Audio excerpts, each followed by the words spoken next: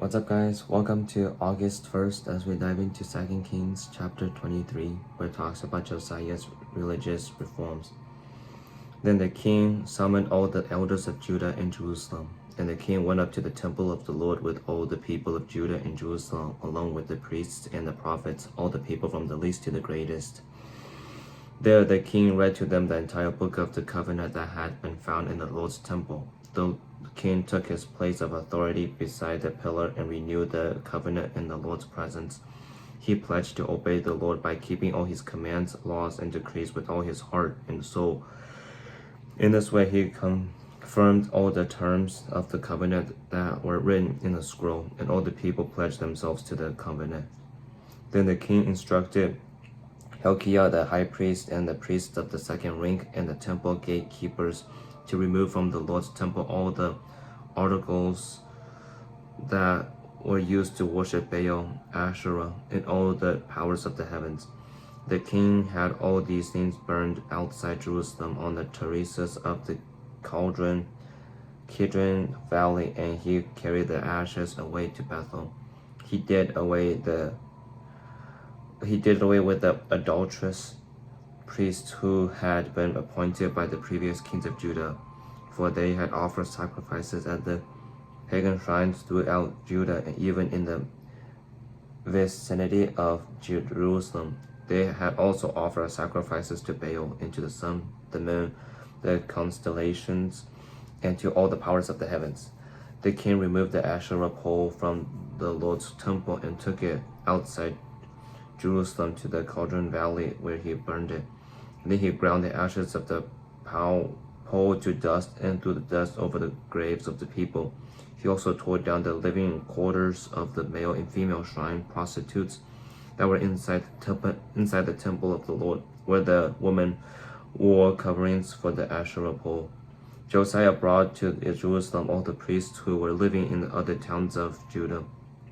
He also defiled the pagan shrines where they had offered sacrifices all the way from Geba to Beersheba. He destroyed the shrines at the entrance to the gate of Joshua, the governor of Jerusalem. This gate was located to the left of the city gate as one enters the city. The priests who had served at the pagan shrines were not allowed to serve at the Lord's altar in Jerusalem, but they were allowed to eat unleavened bread with the other priests.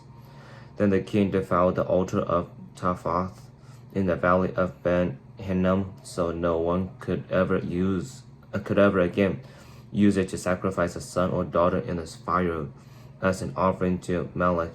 He removed from the entrance of the Lord's temple the horse statues that the former kings of Judah had dedicated to the sun. They were near the quarters of Nathan Melech the Irnet, an officer of the court. The king also burned the chariots dedicated to the sun. Josiah tore down the altars that the king of Judah had built on the palace roof above the upper room of Ahaz.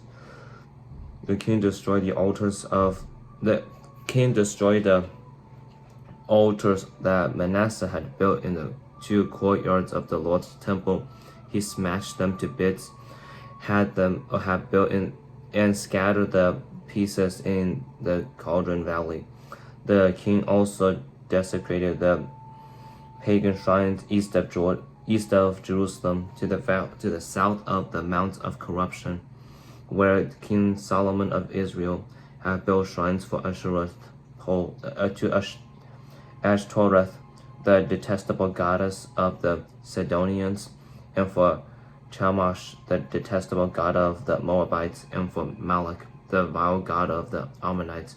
He smashed the sacred pillars and cut down the Asherah poles. Then he desecrated these places by scattering human bones over them.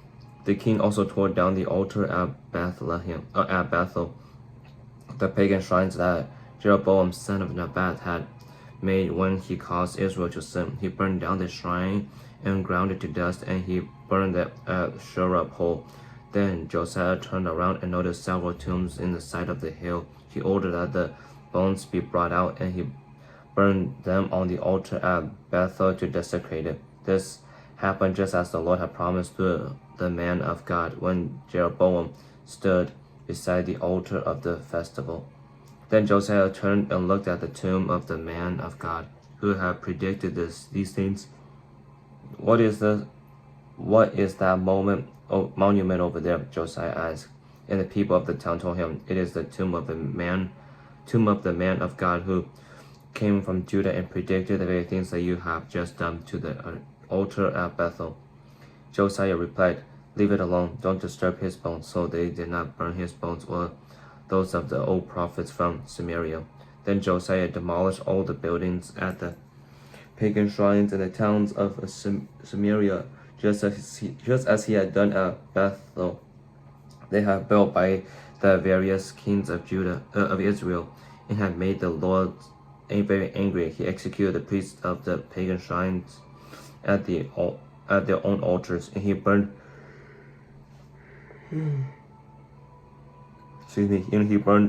human bones on the altars to desecrate them. Finally, he returned to Jerusalem. 2 Chronicles chapter 34, verse 29.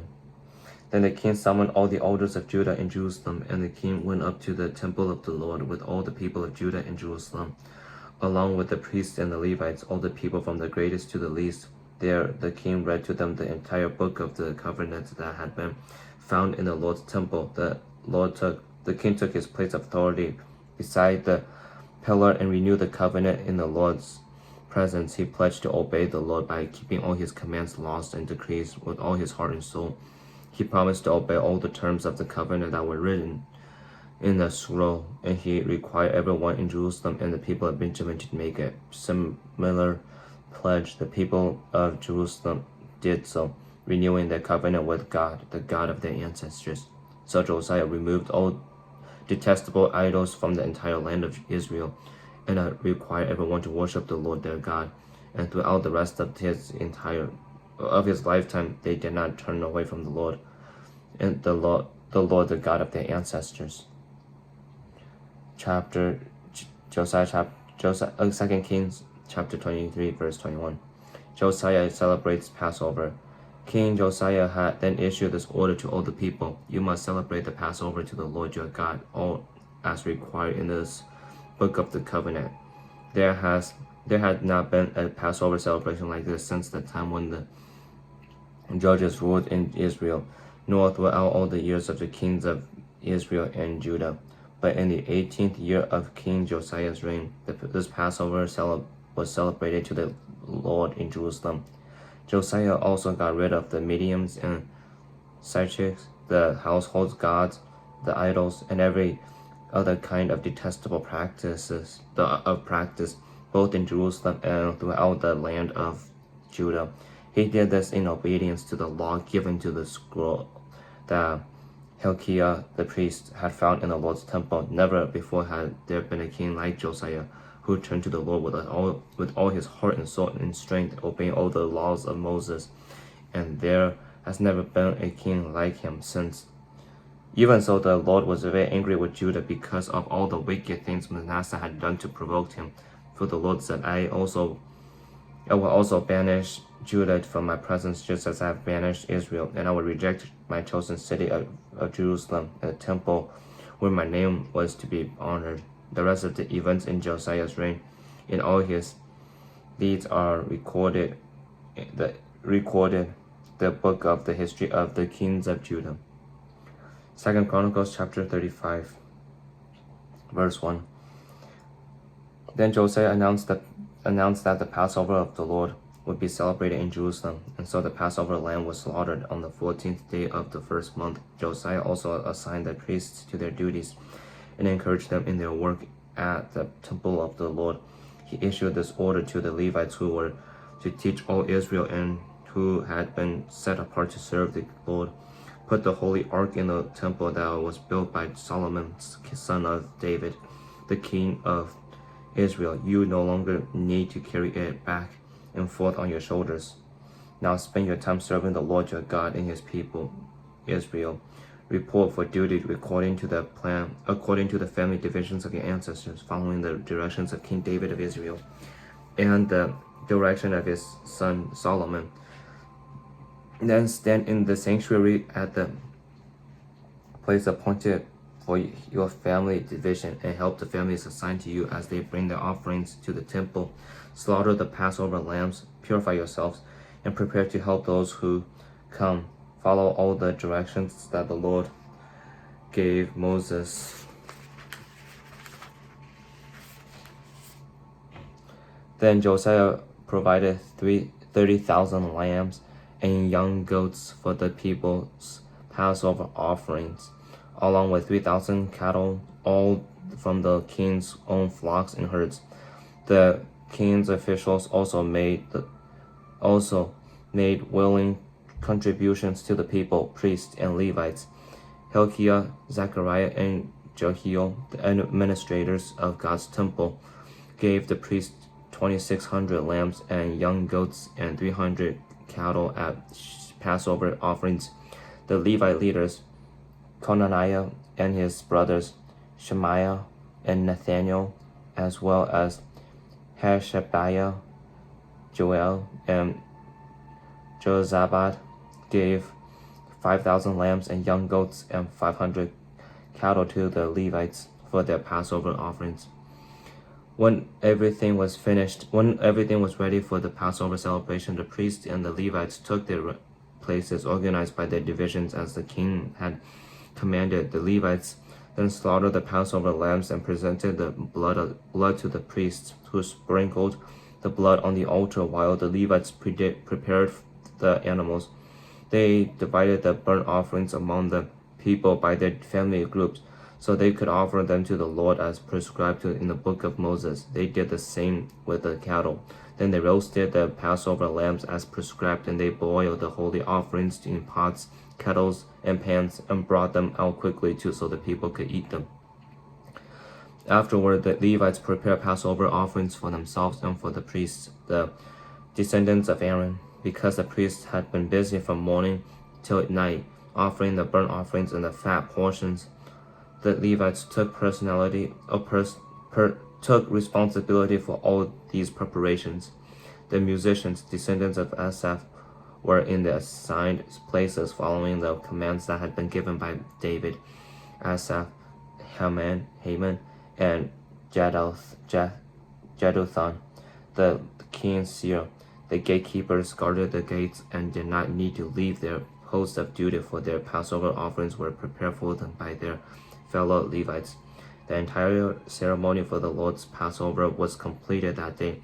All the burnt offerings were sacrificed on the altar of the Lord, as King Josiah had commanded. All the Israelites present in Jerusalem celebrated Passover and the Feast of Unleavened Bread for 7 days. Never since the time of the prophet Samuel had there been such a Passover. None of the kings of Israel had ever kept a Passover as Josiah did, involving all the priests and Levites, all the people of Jerusalem, and people from all over Judah and Israel. This Passover was celebrated in the 18th year of Josiah's reign. Nahum's ministry occurred some time before the fall of Assyria in 612 BC. Nahum chapter 1, the prophecy of Nahum. This message concerning Nineveh came as a vision to Nahum, who lived in Elkosh. The Lord's anger against Nineveh. The Lord is a jealous God, filled with vengeance and rage. He takes vengeance on all who oppose him, and continues to rage against his enemies. The Lord is slow to get angry, but his power is great, and he never lets the guilty go unpunished. He displays his power in the whirlwind and the storm. The billowing clouds are the dust beneath his feet. At his command, the ocean dried up, and the rivers disappeared. The lush pastures of Bashan and Carmel fade, and the green forest of Lebanon withered. In his presence, the mountains quake, and the hills melt away. The earth trembles, and his people are destroyed. Who can stand before his fierce anger? Who can survive his burning fury. His rage blazes forth like fire, and the mountains crumble to dust in his presence. The Lord is good, a strong refuge when trouble comes. He is close to those who trust in him, but he will sweep away his enemies in the overwhelming flood. He will pursue his foes into the darkness of night. While you're scheming against the Lord, he will destroy you with one blow. He won't need to strike twice. His enemies, tangled like thorn bushes and staggering like drunks, will be burned up like dry stubble in a field. Who is the wicked counselor of yours who plots evil against the Lord? This is what the Lord says. Though the Assyrians have many allies, they will be destroyed and disappear. O my people, I have punished you before, but I will not punish you again. Now I will break the yoke of bondage from your neck and tear off the chains of Assyrian oppression. This is what the Lord says concerning the Assyrians in Nineveh. You will have no more children to carry on your name. I will destroy all the idols in the temple of your gods. I am preparing a grave for you, because you are despicable. Look, a messenger is coming over the mountains with good news. He is bringing a message of peace. Celebrate your festivals, O people of Judah, and fulfill all your vows. For your wicked enemies will never invade your land again. They will be completely destroyed. Chapter 2. The fall of Nineveh. Your enemy is coming to crush you, Nineveh. Men, the ramparts, watch the roads, prepare your defenses, call out your forces. Even though the destroyer has destroyed Judah, the Lord will restore its honor. Israel's vine had been stripped off of branches, but he will restore its splendor. Shields flash red in the sunlight. See the scarlet uniforms of the valiant troops. Watch as their glittering chariots move into position with the forest of spears waving above them. The chariot race recklessly along the streets and rush wildly through the squares. They flash like firelight and move as swiftly as lightning. The king shouts to his officers. They stumble in their haste, rushing to the walls to set up their defenses. The river gates had been torn open. The palace is about to collapse. Nineveh's exile has been decreed, and all the servant girls mourn its capture. They mourn like doves and beat their breasts in sorrow. Nineveh is like a leaking water reservoir. The people are slipping away. Stop, stop, someone shouts, but no one even looks back. Loot the silver, plunder the gold. There is no end to Nineveh's treasures, its vast and uncounted wealth. Soon the city is plundered, emptied, and ruined. Hearts melt and knees shake. The people stand against their faces pale and trembling. Where now is the great Nineveh, that den filled with young lions? It was a place where people, like lions and their cubs, walked freely and without fear. The lion tore up meat for his cubs and strangled prey for his mate. He filled his den with prey, his caverns with his plunder. I am your enemy, says the Lord of heaven's armies. Your chariots will soon end up in smoke. Your young men will be killed in battle. Never again will you plunder conquered nations. The voice of your proud messengers will be heard no more. Chapter 3. The Lord's judgment against Nineveh. What sorrow awaits Nineveh, the city of murder and lies. She is cramped with wealth and is never without victims. Hear the crack of whips, the rumble of wheels. Horses' hooves pound, and chariots clatter wildly. See the flashing swords and glittering spears as the charioteers charge past. There are countless casualties, heaps of bodies, so many bodies that people stumble over them. All this because Nineveh, the beautiful and faithless city, mistress of deadly charms, enticed the nations with her beauty. So she taught them all her magic, enchanting people everywhere. I am your enemy, says the Lord of heaven's armies, and now I will lift your skirts and show all the earth your nakedness and shame. I will cover you with filth and show the world how vile you really are. All who see you will shrink back and say, Nineveh lies in ruins. Where are the mourners? Does anyone regret your destruction? Are you any better than the city of Thebes, situated on the Nile River, surrounded by water? She was protected by the river on all sides. Walked in by water. Ethiopia and in the land of Egypt gave unlimited assistance. The nations of Put and Libya were among her allies. Yet Thebes fell, and her people were led away as captives. Her babies were dashed to death against the stones of the streets. Soldiers threw dice to get Egyptian officers as servants. All their leaders were bound in chains. And you, Nineveh, will also stagger like a drunkard. You will hide for fear of the attacking enemy. All your fortresses will fall. They will be devoured like the ripe figs there that fall into the mouths of those who shake the trees. Your troops will be as weak and helpless as women. The gate of your land will be opened wide to the enemy and set on fire and burned. Get ready for the siege. Store up water. Strengthen the defenses. Go into the pits. Go into the pits to trembled clay and pack it into molds, making bricks to repair the walls. But the fire will devour you, the sword will cut you down. The enemy will consume you like locusts, devouring everything they see. There will be no escape. Even if you multiply like swarming locusts, your merchants will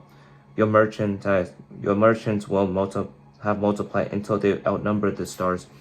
But like a swarm of locusts, they will strip the land and fly away. Your guards and officials are also like swarming locusts that crowd together in the hedges on a cold day. But like locusts that fly away when the sun comes, all of them will fly away and disappear. Your shepherds are asleep, O Assyrian king. Your princes lie dead in the dust. Your people are scattered across the mountains with no one to gather them together. There is no healing for your wounds. Your injury is fatal. All who hear of your destruction will clap their hands for joy. Where can anyone be found who has not suffered from your continual cruelty? And so that's the end for today.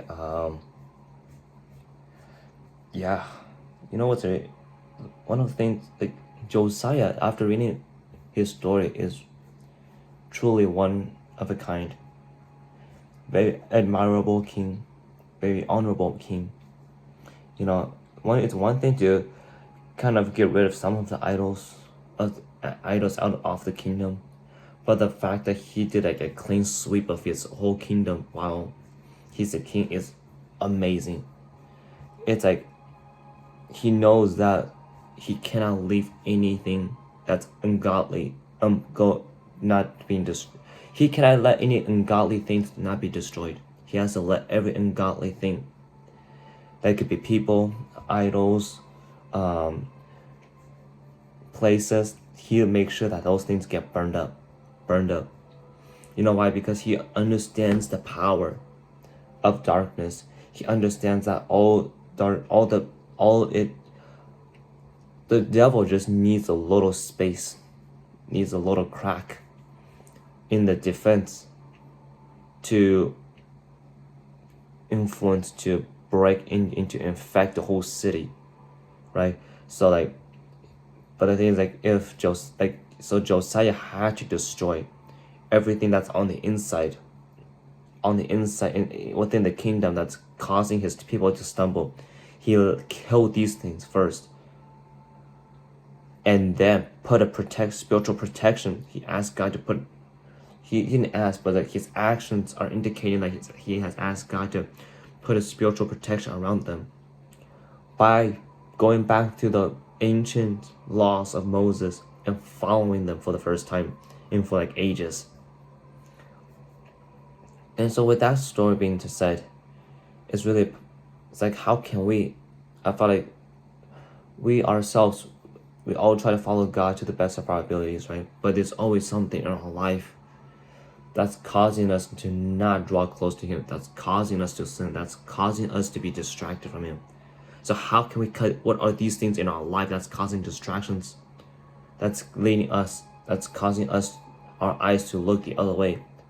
What are those things? What are those things in our lives that do we need to cut off, to be destroyed, to be limited, to be put under control, so that we could have a clear view of God, so that we could actually focus on God?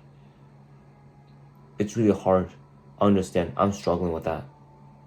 It's really hard. I still don't know how to deal with it, but like realizing like to sometimes truly follow God, we have to cut those distractions out of our lives, or at least put it under control. Let us be the master of things that's causing us distractions. Don't let the things that are distracting us from God be the master of our life.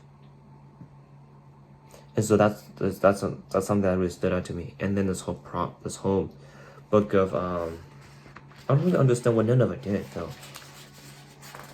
I mean, I guess they murdered and they lied and they put like idols, worshiping gods, witchcraft and all that stuff. I guess that's why. But like at the same time, it's like why is Nineveh the only city that's been mentioned? But it's, again, guys, I feel like, yeah, I don't want to go down this path again, because I've already explained this so many times. But like, don't play with God, don't mock God, don't worship things that are not of God, or He will come down with wrath. And churches these days needs to preach on the wrath of God.